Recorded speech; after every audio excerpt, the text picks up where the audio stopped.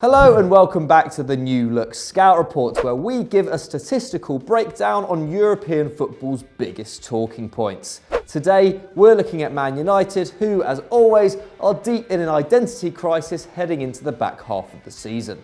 The Red Devils, of course, can still finish in the top four this season, but it would be hard to give them too much credit for that. A disjointed and undermanned squad has managed to stay afloat in a campaign characterised by inconsistency among all the big sides.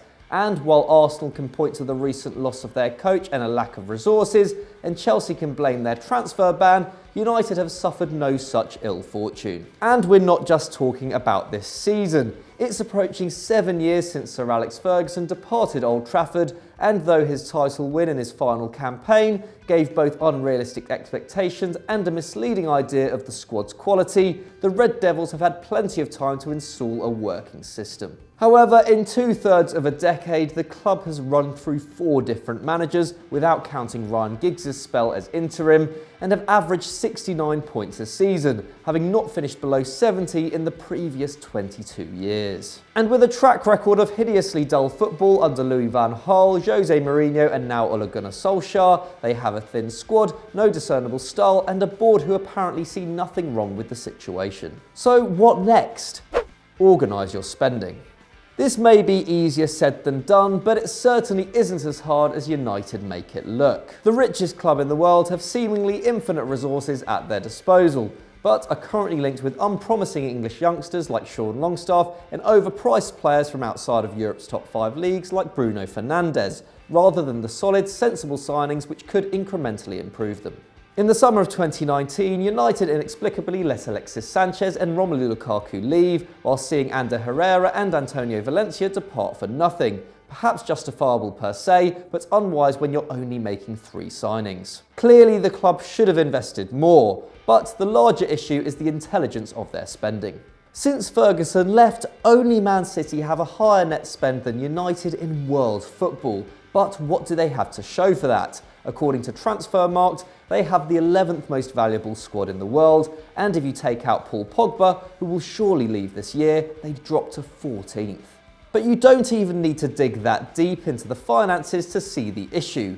Answer this. Imagine you're the director of football at a top side, like say Chelsea. How many United players would you take in your squad? The names that would spring to mind are Marcus Rashford, David De Gea, Paul Pogba, Anthony Martial, Harry Maguire and Aaron Wan-Bissaka.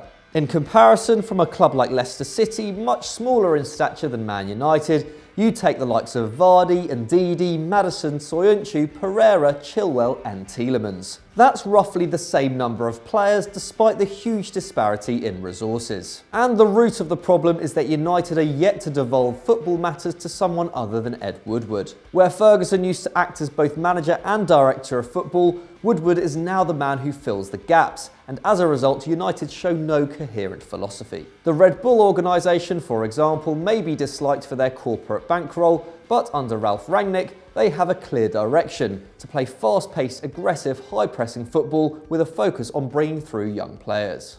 This means they can recruit for the system even when changing coaches, as they know what will be required of Red Bull footballers. United, on the other hand, gave Louis van Gaal, Memphis Depay, Daley Blind, Di Maria, Falcao and Schweinsteiger, losing money on all of them, before handing Jose Mourinho, Mkhitaryan, Pogba, Bailly and Ibrahimovic. Only 2 of those 9 remain at the club, and they've played a combined 521 minutes in 2019-20. Would a director of football be expensive? Probably not. Would an analytics department be expensive? Again, probably not. And compared to any one of these ill-advised signings, they'd at least pay for themselves in the long term. With United now rebuilding for the 4th time in 6 years, the cost of maintaining the status quo is clear.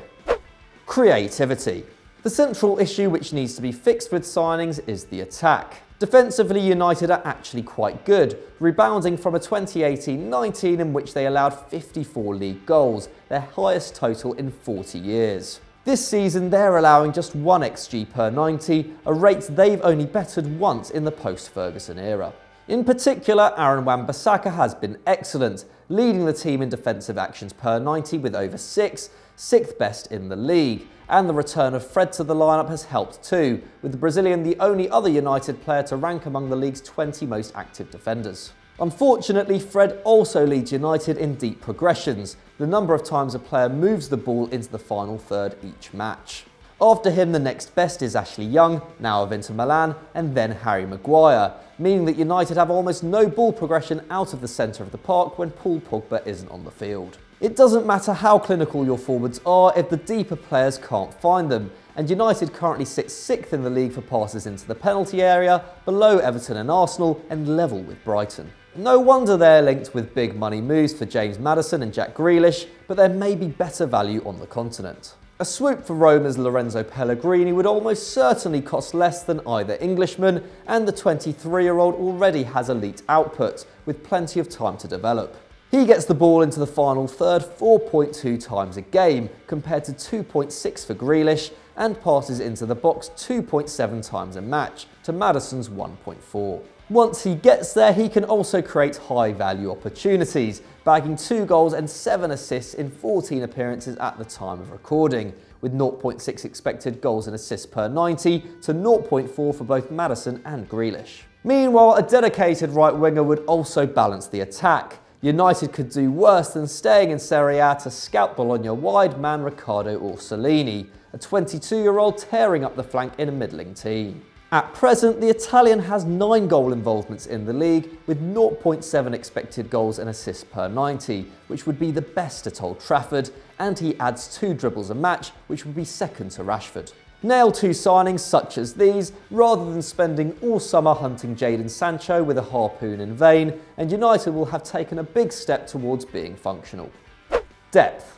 Plenty of United fans are nostalgic for the days when Ferguson would find a way to bring established stars like Van Persie or Tevez to the club. But what's often overlooked is the Scots' knack for finding unfancied players who could perform a variety of roles. John O'Shea played right back in the 2009 Champions League final, while Park Yi-sung was a limited footballer whose exceptional work rate and match intelligence made him the heart of Ferguson's late success.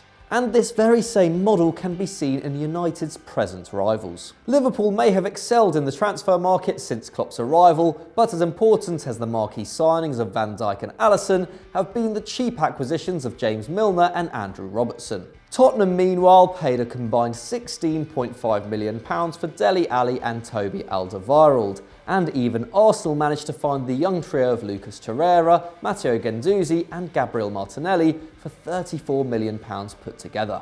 During this time, Man United have considered a £70 million bid for Declan Rice and balked at offering Erling Braut Haaland huge wages, despite the fee standing at just £20 million. Failure to land Haaland meant that Marcus Rashford was forced to play through and ultimately aggravate a back injury, while the club's complacency in midfield saw Scott McTominay overplayed into fitness problems too. You can't expect transfer business to be perfect, but simply finding versatile, moderately priced players would allow the coach to rotate in the cups and use his best lineup in the league. So that's our take on fixing Man United. What did you make of it? Do you have any more suggestions? Let us know in the comments below. We hope you enjoyed this new look strand, and make sure you drop your ideas for future episodes again in the comments. We'll see you next time.